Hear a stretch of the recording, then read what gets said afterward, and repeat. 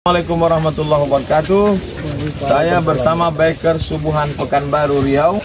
Bagi yang sudah bergabung istiqomah, bagi yang belum segera bergabung. Kiamat sudah dekat. Berkah selalu, sukses. Assalamualaikum warahmatullahi wabarakatuh.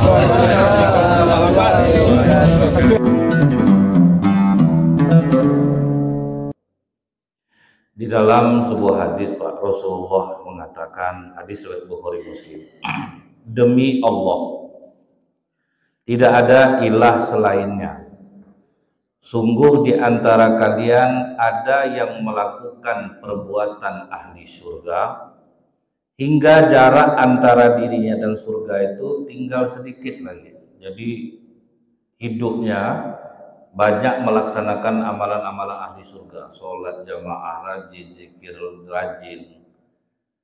Tetapi telah ditetapkan baginya ketentuan, maka dia melakukan perbuatan ahli neraka sehingga masuklah dia ke dalam neraka. Jadi pas akhir kehidupannya Pak, rupanya dia melakukan dosa dan tidak bertobat, padahal dekat lagi ke surga, akhirnya akhir kematiannya jadinya masuk neraka.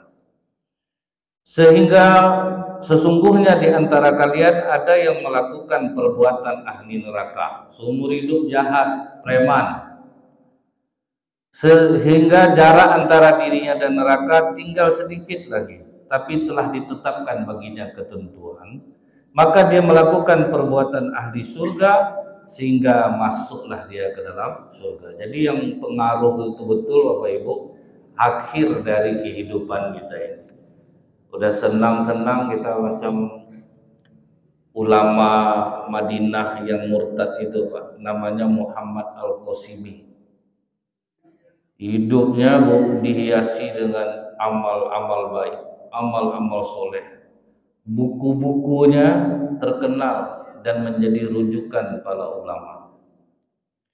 Saking pintarnya dia Pak, akhirnya dia malah mempertanyakan Tuhan itu ada atau tidak. Saking pintarnya dia, berakhirnya murtadlah dia jadi, padahal seorang ulama. Jadi itu Pak, jangan kita menganggap oh kita ini udah rajin beribadah, beramal soleh, pasti nanti masuk surga. Tahu-tahunya nanti di akhir hayat lain-lain kelakuan kita. Maka kita minta doa husnul khotimah, itulah maksudnya. Sedangkan ulama aja bisa lewat dibuat, apalagi kita. Itu kalau kita tulis Pak di Google Muhammad Al-Qasimi, ulama Madinah yang murtad, sedih Pak. Dia sangat cerdas. Saking cerdasnya mencong jadinya Pak. Malah dia nganggap dirinya hebat. Jadi sombong dia jadi. Nah, kalau di kalangan para tabi'in Bu, kalau pernah kita dengar nama Fudail bin Iyad. Fudail bin Iyad ini ulama besar.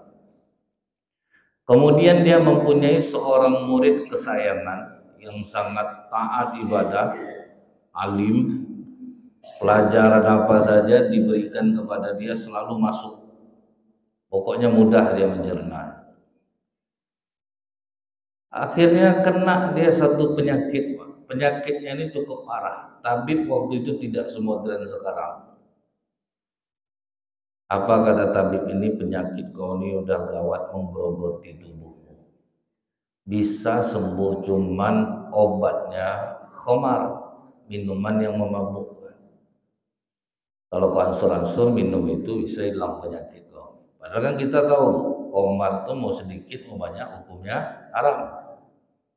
Mau memabukkan atau tidak hukumannya haram.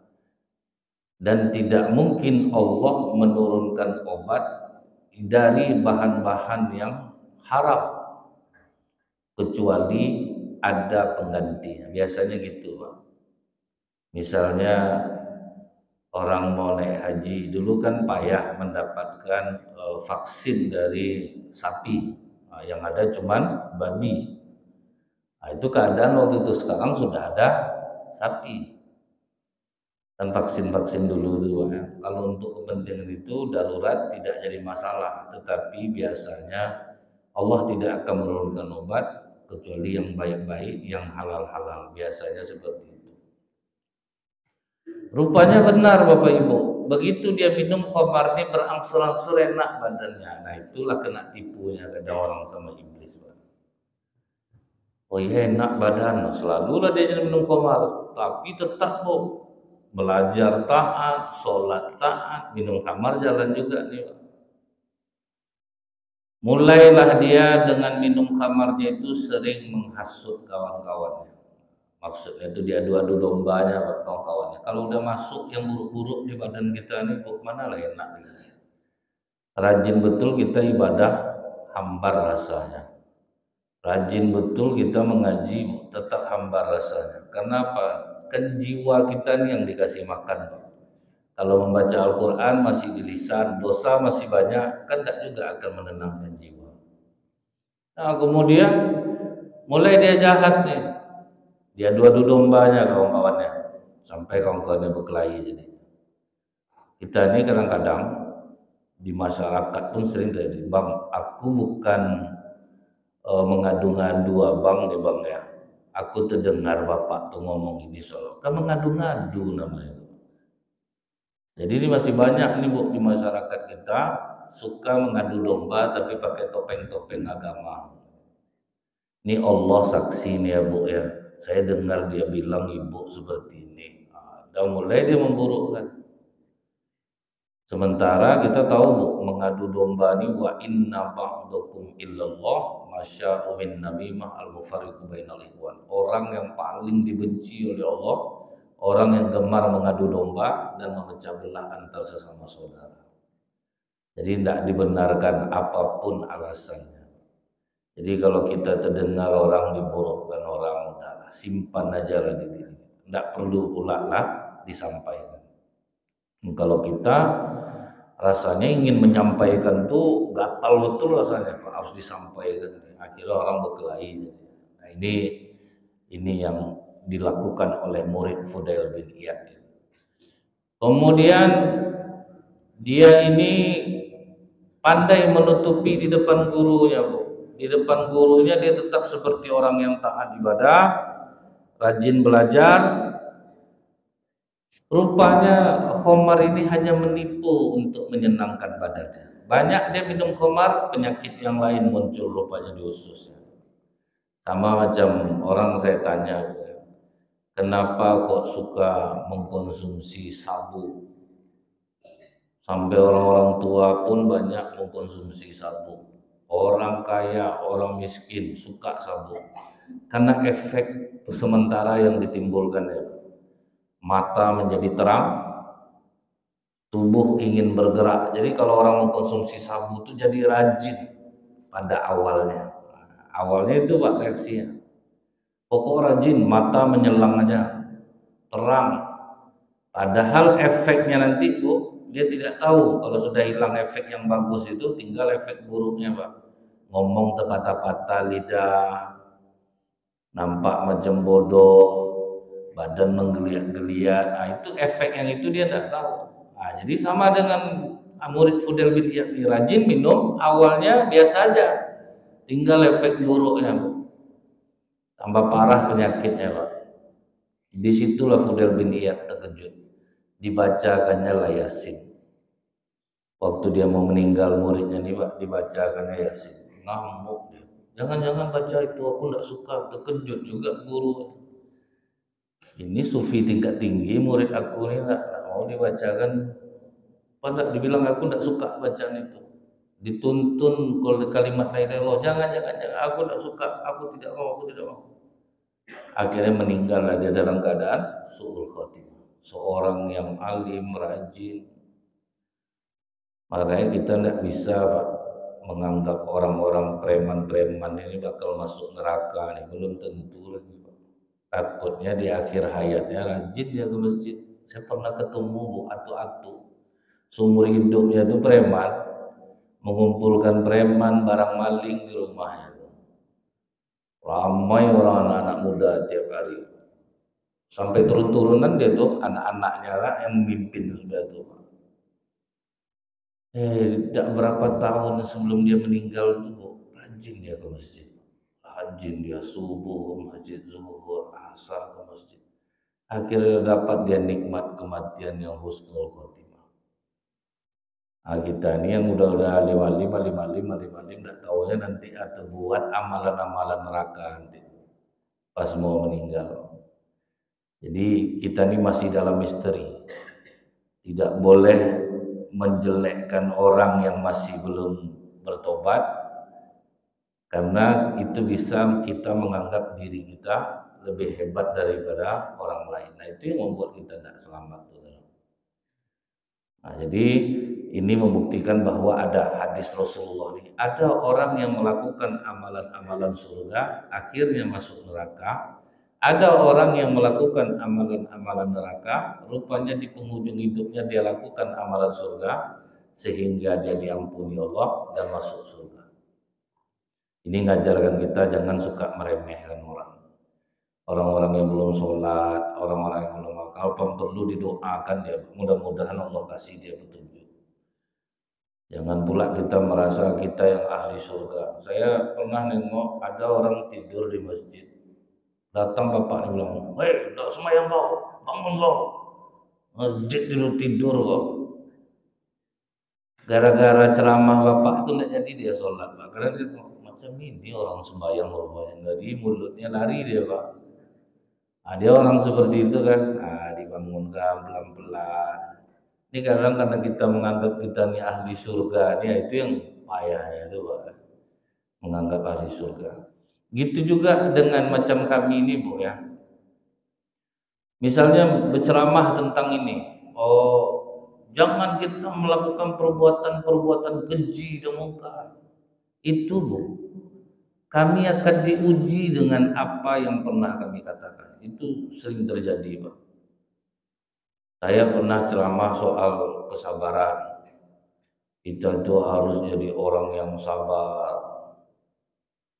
Rupanya habis ceramah itu, pas yang bawa mobil ini di jalan masuk dalam lubang ban depan kanan, Pak, pecah. Saya bilang sama yang bawa ini, masa enggak nampak lubang sebesar itu? Ingat kajian tadi, Ustaz. Sabar itu pasti ada hikmahnya. Setiap kejadian itu kan Ustaz nyampaikan, malu saya, Pak. Sudah diganti ban depan tuh, Bu, sampai di Palas ban serap tuh pula pecah balik. Dibawalah menggelinding-gelinding ban tuh, sama pelek-peleknya pecah. Habis duit amplop saya malam tuh untuk beli ban besok sama pelek.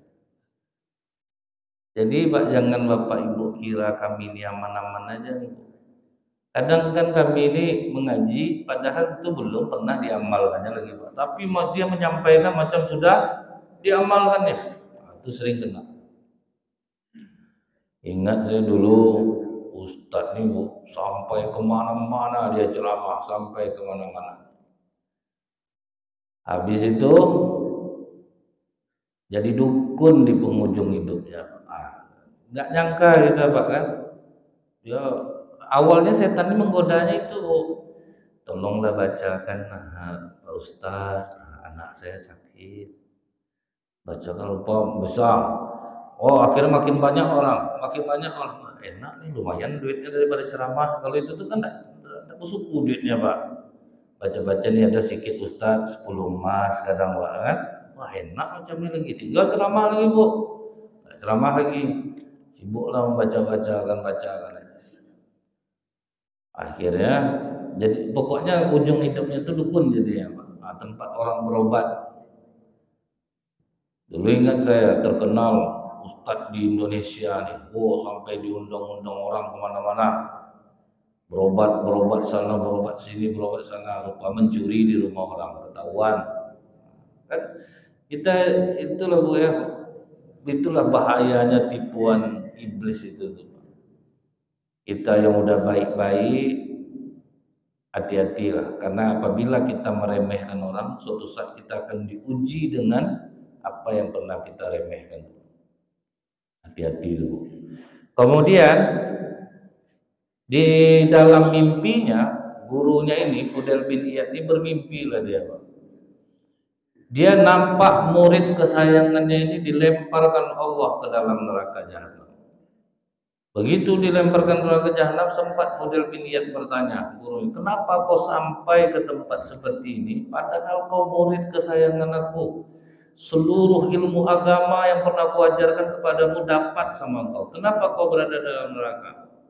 Dia katakan, ini sebab aku mengikuti apa kata tabib yang pernah mengobati aku. Disuruhnya aku minum khamar untuk berobat. Nah, gara-gara khamar itu aku sering mengadu domba orang. Karena kalau udah yang buruk masuk, bahkan buruk juga keluarnya. Jadi maka kalau bapak ibu nampak orang rajin sholat tapi suka masuk-masuk orang, suka menggibah orang, itu berarti banyak yang buruk masuk ke badan dia. Akhirnya buruk juga keluarnya. Nah, kemudian akhirnya aku mengadu domba kawan aku, sehingga aku melakukan namimah. Kemudian aku menjadi iri hati kepada orang-orang yang mempunyai kelebihan daripada aku. Jadi rupanya Bu ya, kalau banyak yang buruk-buruk masuk ke dalam badan kita ini, itu yang membuat kita jadi orang pendengki, iri hati, suka menghasut orang, suka buruk sangka sama orang. Karena banyak yang buruk masuk. Dia sebetulnya Bu, rezeki ini kan mau makan nasi kita, nah halal nasi itu Pak. Mau kita apa namanya Bu, beli pakaian itu halal. Yang banyak membuat dia haram kan cara mendapatkan rezeki itu Pak. Sekarang ini kan itu yang paling sulit, mendapatkan rezeki yang halal lagi baik. Tukang parkir kerjanya kan halal tuh Pak, cuman jadi tukang parkir di diskotik. Nah itu tuh yang susah aja dia Pak. Tukang parkir kan baik kerjanya tuh Bu, cuman dia kadang tegak dia di Indomaret Pak. Awak yang mau dibelanjakan 3.000 Pak, uang parkir 3.000 lah Pak, jadi tinggi harga. Kerjaannya halal tapi orang benci jadinya Pak. Jadi yang banyak sekarang Bu, usaha-usaha orang tutup gara-gara tukang parkir jadinya Pak. Usaha-usaha es krim, tegaklah tukang parkir situ, es krim 5.000, parkir 3.000 Pak. Oh enggak jauh orang jalan ini. Pekerjaan halal tapi cara mendapatkannya. Yang kasihan Indomaret yang 24 jam lah, 24 jam lah tukang parkirnya. Jadi tukang parkir yang seperti itu tuh beda tipis dengan tukang palak sebetulnya Pak. Kalau yang seperti itu nah rasanya fungsinya itu kurang lah, kecuali misal di mall itu beda. Jadi beda-beda tipis sudah nih. Cuman kenapa itu terpelihara? Karena faktor duniawi juga saya rasa. Kalau tidak, kenapa itu tetap bertahan? Padahal mungkin orang tahu semua. Lumayan duitnya Pak. Duitnya itu lumayan. Duitnya itu memang besar. Makanya tetap dipertahankan orang. Kalau tidak pasti dipertanyakan orang kan Pak ya. Apa fungsinya tukang parkir di kedai-kedai yang rasanya sangat biasa gitu. Nah, mudah-mudahan ke depan nih besok bisa dievaluasi nih, karena memang udah sangat meresahkan Pak, udah sangat meresahkan. Kadang kasihan saya ada tukang es krim, rame tukang es krim tegak loh tukang parkir situ. Nggak berjual beli dia sekarang. Jadi nampaknya sampai ada pameo Bu, kalau untuk nutup kedai orang nggak perlu kirim guna-guna, tegak kan tukang parkir di sana tutup kedai orang. Nah, sampai gitu. Nggak perlu memen santet lagi sekarang. Benci dengan usaha orang, kasih tukang parkir. Macam itu sampai jadi pameo orang. Itu bisa nutup kedai orang. Kalau di tempat-tempat yang rasanya wajar, oke lah. Nah, tapi kalau di tempat seperti itu Pak ya, jadi pencarian halal tapi bisa jadi haram, dikutuk-kutuk orang. Atau misal gini, kita kena tilang nih, inilah bantulah Pak, kan dia dapat duit tuh Pak, duit tuh halal, cara mendapatkannya tuh orang udah pakai helm, udah klik, kaca spion pakai, pelat lengkap, apa saya salah lagi Pak? Ini SIM, ini STNK. Gaya kau tuh nggak suka, kena di gaya rupanya Pak, membayar. Ini ulah oknum Bu. Jadi berapa saya kena nih Pak? Kau baca nama aku, kalikan 10, nama bapak tuh belakang Pasaribu, kali 10 berarti 10.000. Ini kan jadi pameo dulu sama orang itu. Makanya uang tuh halal. Cara mendapatkannya nih, kita dagang, kan uang tuh halal Pak. Tapi kadang kan ada kita ngolah orang untuk supaya orang beli itu, kita akhirnya bohongi dia. Ini barang bagus nih Bu, ini sedikit datangnya. Nih Bu yang beruntung nih dapat barang ini udah banyak yang minta nih Bu, padahal enggak ada orang minta barang tuh. Kan udah termasuk kita berbohong, halal jadi haram. Jadi ini hati-hati kita jangan sampai menganggap bahwa hidup kita ini kalau misalnya yang buruk-buruk itu masuk tidak berpengaruh ke dalam keseharian kita. Makanya kalau udah kita ini rajin sholat Pak, tapi hati hambar, busuk hati juga, lagi suka mengganggu orang, berarti udah banyak yang buruk-buruk masuk ke dalam badan kita. Kalau enggak pengajaran yang buruk-buruk masuk.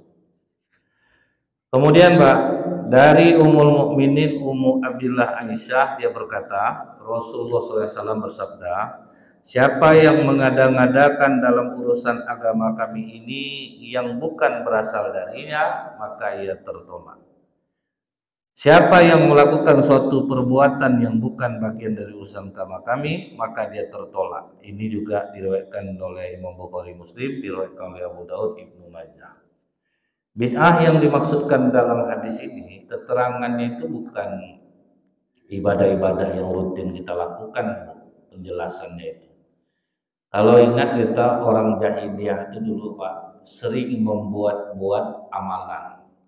Misalnya ada nama binatang itu saibah. Saibah itu binatang perempuan yang sudah 5 kali melahirkan dan anaknya terakhir itu jantan.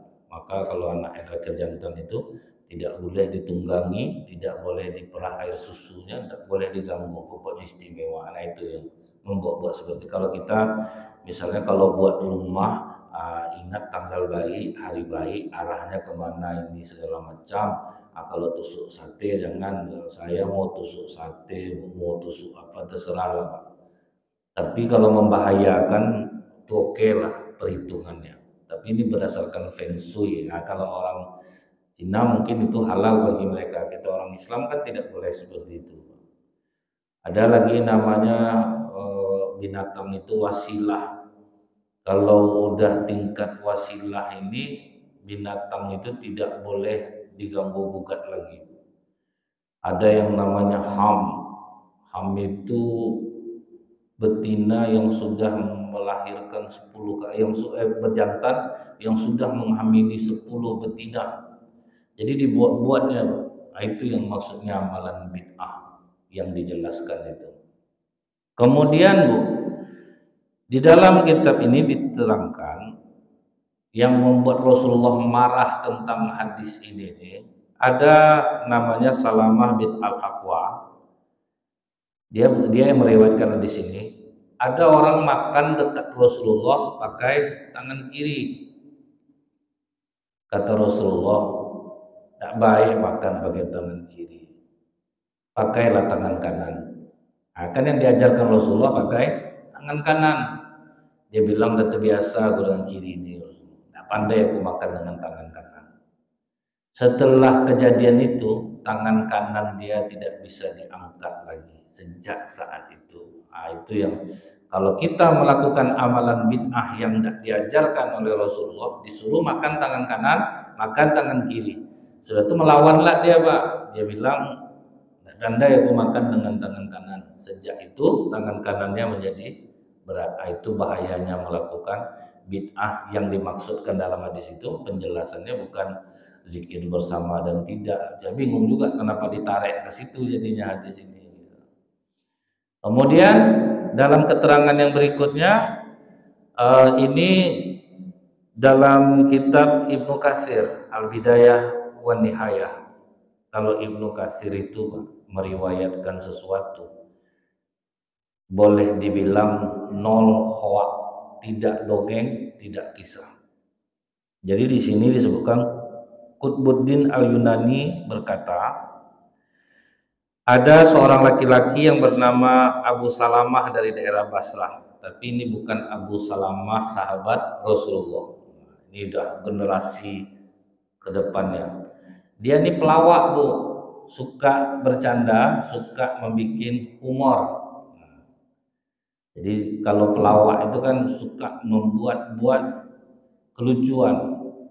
Sampai pada suatu ketika ada seorang menjelaskan kepadanya tentang siwak dan keutamaan menggunakan siwak. Setelah orang menerangkan tentang siwak ini, apa katanya?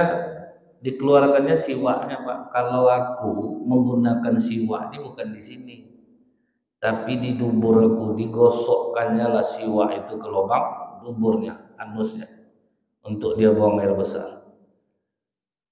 Jadi apa pengakuan orang pada saat itu? 9 bulan sakit perutnya setelah dia melakukan itu.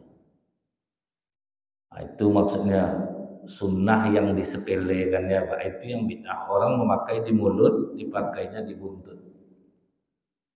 Karena dia menganggap remeh itu 9 bulan sakit perutnya.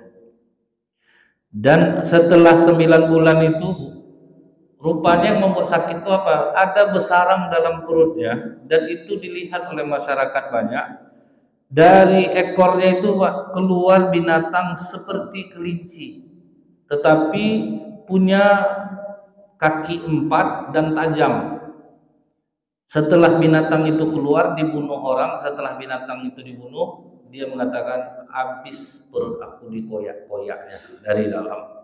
Binatang yang masuk itu habis perutku dikoyak-koyak, mati pula lah dia. Nah, jadi dalam syarah hadis ini yang dimaksudkan bid'ah itu ketika orang menyepelekan sunnah. Diajar ini, dibuatnya ini, itu tuh yang kena itu. Tapi berkenaan dengan kunut dan tidak, apa zikir dan tidak, itu sama sekali tidak dijelaskan dalam hal ini, karena itu perbedaan pendapat. Jadi hati-hati menyepelekan sunnah. Kalau misalnya belum bisa buat, jangan orang dihina. Dulu kan sering tuh berjenggot orang dihina macam kambing, berkumis orang macam kucing. Nah, itulah kelakuan terus ada. Pokoknya suka Bu ya, nampak orang celana di atas mata kaki, banjir dibilang ya Pak ya. Dulu sering seperti itu. Cuman sekarang kalau yang seperti itu udah tidak lagi, orang udah dewasa ya Pak. Kemudian Pak, dari Abu Abdullah Nu'man bin Bashir, dia berkata, saya mendengar Rasulullah bersabda, sesungguhnya yang halal itu jelas dan yang haram itu jelas. Di antara keduanya terdapat perkara-perkara yang subhat, samar-samar, yang tidak diketahui oleh banyak orang. Maka siapa yang menjaga dirinya dari subhat atau yang meragukan, berarti dia telah menyelamatkan agama dan kehormatannya. Dan siapa yang terjerumus dalam perkara subhat, maka akan terjerumus ke dalam perkara yang diharamkan. Sebagaimana pengembala yang mengembalakan hewan gembalaannya di sekitar area yang dilarang, untuk memasukinya maka lambat laun dia akan memasukinya. Ini hadis riwayat Bukhari Muslim. Jadi Bu ya, kalau kita ingat kisah Abu Bakar Siddiq Pak, dia kan punya budak. Jadi budaknya ini mengasih dia kurma. Makan Tuhan, dimakanlah oleh Abu Bakar Siddiq. Setelah selesai dimakan, apa kata budaknya ini? Biasanya asal kau aku kasih makan, selalu kau bertanya, dari mana aku mendapatkannya. Ini kok tidak kau tanya, kok kau makan aja langsung kurma. Aku lapar. Memangnya dari mana kau dapat kurma ini? Kata budaknya ini, dulu aku pernah lewat ke kampung orang. Jadi orang itu katanya ada anaknya sakit, bisa ndak kau menjampinya? Maka aku jampilah dia dengan jampi jahiliyah. dengan mantra-mantra. Sehat anaknya itu, sehingga aku diberikannya upah. Nah tadi pas aku lewat kampung mereka, ingat dia, oh ini yang pernah ngobati anakku dulu. Dikasihnya lagu kurma. Itulah kurma yang kau makan tadi. Apa yang dilakukan Abu Bakar Siddiq? Dicongkelnya Pak, dimuntahkannya oleh. Begitulah takutnya orang terhadap barang-barang yang meragukan. Sampai kata budaknya, kau bisa mati melakukan ini. Walaupun nyawaku melayang, asal ini keluar dari perut aku rela. Begitulah takut. Kalau kita tak berapa lah barang-barang enggak yang termakan di perut kita, yang meragukan itu banyak sebetulnya. Apa enggak meragukan kadang-kadang Pak? Kadang kupon kurban kita banyak Pak, dari mana-mana kita dapat. Minta lah ibu satu, pergi masjid khairat, minta lah ibu satu, minta lah ibu barang itu yang dimakan. Apa enggak, kalau sahabat takut dicongkelnya balik. Karena itu sudah memakan hak orang, kadang kita makan hak orang yang kita makan. Abu Bakar Siddiq tidak peduli dimuntahkannya. Rasulullah pernah ragu dia terhadap sebutir kurma, Pak, ini kurma sedekah atau enggak. Temakan sama cucunya, disuruhnya cucunya itu muntah. Itulah hati-hatinya para sahabat. Biarlah aku mati asal barang ini keluar dari tubuh aku. Kita kadang anak kita tahu pekerjaannya itu cuma gaji 5 juta 6 juta sebulan, rumah mewah. Anak pernah kita pertanyakan tuh, penting anak saya banyak duitnya, terserahlah apa dia diterima terus duitnya. Tidak pernah dipertanyakan amak bapaknya diumrohkannya, dihajikannya. Dan kita seharusnya tahu anak aku ini PNS, gaji 5 juta 6 juta sebulan, rumah mewah, mobil bagus. Apa kelakuannya, mana ada pernah orang tua nanya, dia taunya anak saya banyak duitnya. Dan sekarang sedang dipertanyakan orang tua, apa kok bisa ya? Gaji sebulan sekian, masuk tunjangan oke lah jadi sekian, tapi kok bisa ya punya ini. Kan mana pernah orang tuanya nanya, penting anaknya ngirim terus, ngasih dia terus. Itulah yang akhirnya berpengaruh ke badan-badan orang yang memakan. Tapi memang kita tidak boleh mencongkel orang dari mana dia dapat duit, itu tidak boleh. Cuma kan secara kasat mata kan kita bisa memperhatikan. Saya menolak diajak orang, ada orang mau ngajak saya umroh bulan Januari, saya yang bayar Ustaz. Saya bilang enggak. Tersinggung dia, saya itu secara pribadi kan dia, karena saya tahu dari mana sumber uangnya. Kalau orang mana mau tahu Pak, adalah berangkat lah, penting gratis. Cepat lah Ustaz, ini Januari berangkat lagi nih. Kalau iya saya bayarkan. Oh enggak, makasih banyak.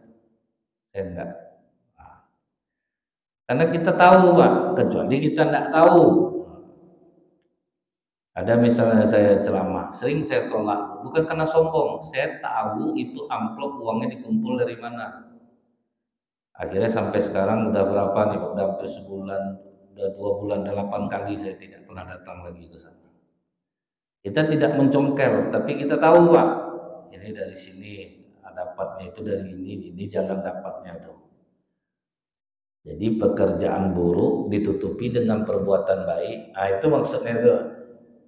Kerja dia mendapatkan duit itu buruk, cuma supaya nampak baik diadakanlah pengajian. Jadi itulah untuk pengasih ustadz nih. Tapi sumbernya ini kita tahu nih Pak, sumbernya itu sangat merusak. Maka kami ustadz ini kadang aneh-aneh juga penyakit Pak ya, dia dimakan ya semua ya Pak ya. Datang orang undang, ingat saya dulu ada diskotik di Mall Pekanbaru tuh, namanya diskotik apa waktu itu. Pokoknya Bu, semua karyawannya wajib tindik telinganya banyak. Apa dulu saya, nama lupa saya. Sudah tuh ozon Pak. Rok perempuannya harus sejengkal, pakai rantai-rantai. Pas mau masuk puasa, datang orang itu ke tempat saya, Ustaz kami mau mendoa. Saya kan pakai mendoa lah tempat macam itu mau masuk puasa. Saya bilang, oh jangan saya, ada ustadznya. Jadi saya bergurau juga, ibu. Saya suruh dia ke masjid. Ada namanya Ustadz Iwan. Dia tuh bagus tuh berdoa. Tidak lama sudah tuh orang tuh pergi, nampaklah dari masjid yang namanya Iwan nih pakai baju batik, pakai kopiah. Mau kemana Wan? Mendoa bang di ozon. Dia tak tahu ozon itu apa isi. Oh iya, silakan, silakan. Balik dari situ berkeringat dia. Kenapa? Udah selesai berdoa. Parah bang. Bingung saya mau berdoa. Orangnya parah-parah semuanya tuh. Itu saya bilang dari saya tadi tuh.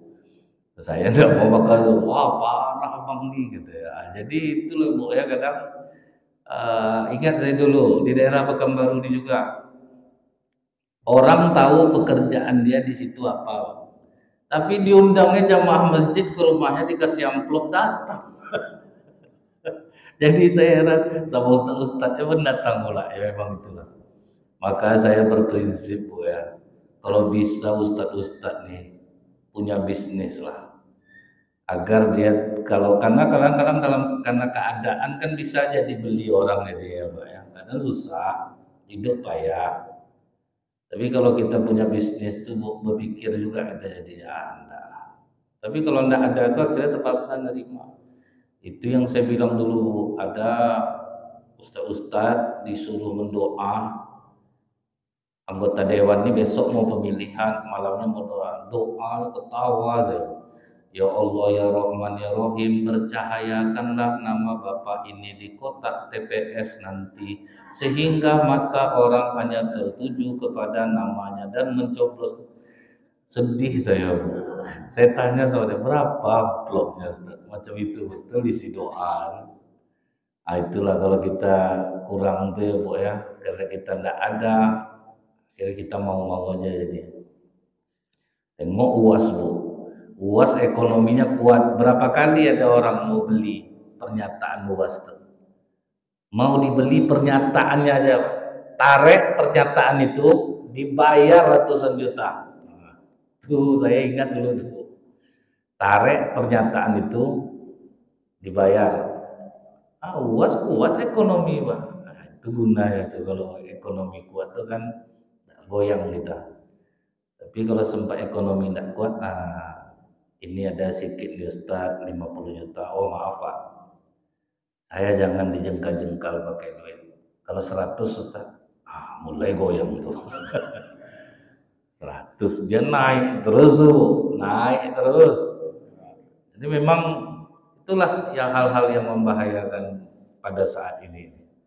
Kemudian dari Abu Ruqayyah Tamim Ad-Dari, sesungguhnya Nabi bersabda, agama adalah nasihat. Kami bertanya, untuk siapa? Beliau menjawab, untuk Allah, kitabnya, rasulnya, pemimpin kaum muslimin. Di sini poinnya, agama adalah nasihat. Amirul Mukminin Hisam bin Abdul Malik datang ke Baitullah Ka'bah. Sampai di Baitullah, ini nih khalifah Pak, tapi masa tabi'in. Amirul Mukminin Hisam, masa tabi'in. Amirul Mukminin Hisam bin Abdul Malik datang dia ke Ka'bah. Sampai dia di Ka'bah, kan orang hormat semua, presiden datang. Tolong datangkan kepada aku sahabat Rasulullah. Kata para orang ada di sana, sahabat Rasulullah dan tidak ada lagi. Yang ada generasi tabi'in. Datangkan tabi'in kepadaku. Ada satu orang namanya Taus Al-Yamani. Datangkan Taus Al-Yamani. Datang Taus Al-Yamani itu. Menghadapnya, tetap pakai sendal, naik ke atas karpet dia. Setelah itu memanggilnya dengan cara, "Hei Hisam bin Abdul Malik, duduk di samping presiden tanpa izin." Naik emosi Hisam bin Abdul Malik. Rencana mau dibunuhnya, datang orang mengatakan, "Jangan Tuhan, ini tanah haram, tapi ini kurang ajar, ini tidak dihargainya saya. Kemudian apa kata Hisam bin Abdul Malik? Hai Taus, kenapa kau tidak sopan? Tidak kau tanggalkan sendalmu di luar permadaniku. Tidak kau sapa aku dengan panggilan Amirul Mukminin. Kau tidak mengucapkan salam. Dan berani-beraninya kau duduk di sebelahku tanpa izin. Maka kata Taus, aku aja menghadap Allah di mana saja, tidak perlu menanggalkan sepatu, tidak perlu menanggalkan sendal. Boleh, kata Rasulullah. Hebat betul permadani kau nih, sampai aku tidak bolehlah menanggalkan sendal. Para sahabat dulu kan sholat pakai sepatu, pakai sendal. Tidak pada Allah marah kan? Oh kok marah? Inilah maksudnya agama itu nasihat. Kemudian mengapa kau tidak memanggil aku Amirul Mukminin? Aku ini tidak mau jadi orang munafik. Tidak semua orang Islam yang setuju kau jadi khalifah. Kau tidak Amirul Mukminin, makanya aku tidak mau jadi orang munafik dan tidak mengucapkan salam kepadamu. Kemudian mengenai ucapanmu, duduk di sampingmu tanpa izin. Ingatkah kau Ali bin Abi Thalib pernah berkata, bila kamu ingin melihat salah satu penghuni neraka, maka perhatikanlah orang yang duduk sementara orang di sekitarnya memberi hormat kepadanya. Yang duduk di neraka. Aku tidak ingin menjadikan kau ahli neraka. Kan ada orang duduk, orang datang hormat orang itu pergi, orang hormat orang. Maka aku duduk di sampingmu. Karena kata Ali, kalau ingin melihat ahli neraka, tengok orang yang sedang duduk dan orang hormat-hormat sama dia. Barulah tersadar Hisam bin Abdul Malik ini. Makanya Bapak Ibu, cara ulama menasehati itu memang macam-macam caranya. Ada yang bisa diterima, ada yang enggak juga. Tapi pada intinya apa yang mereka sampaikan itu adalah untuk kebaikan kita. Kalau kita diberi orang nasihat berarti masih sayang orang sama kita. Kita Bu ya, yang kita anggap orang baik itu orang yang selalu memuji-muji kita. Ada lontong ibu ini kenapa tidak laku-laku? Dia tidak enak tapi ibu ini selalu bilang enak lontong saya. Kakaknya enak Kak, pertahankan rasa padahal pahit minta ampun Bu. Sadahnya terlalu banyak di lontong Bu. Kita kalau orang yang baik kan maaf ya Kak ya, ini sadahnya terlalu banyak, tidak enak lontong kacaunya. Itu baru bagus. Tapi kita yang kita anggap baik orang yang selalu memuji kita Pak. Jadi makanya agama itu adalah nasihat. Subhanakallahumma bihamdika asyhadu an la ilaha illa anta astaghfiruka wa atubu ilaik. Assalamualaikum warahmatullahi wabarakatuh.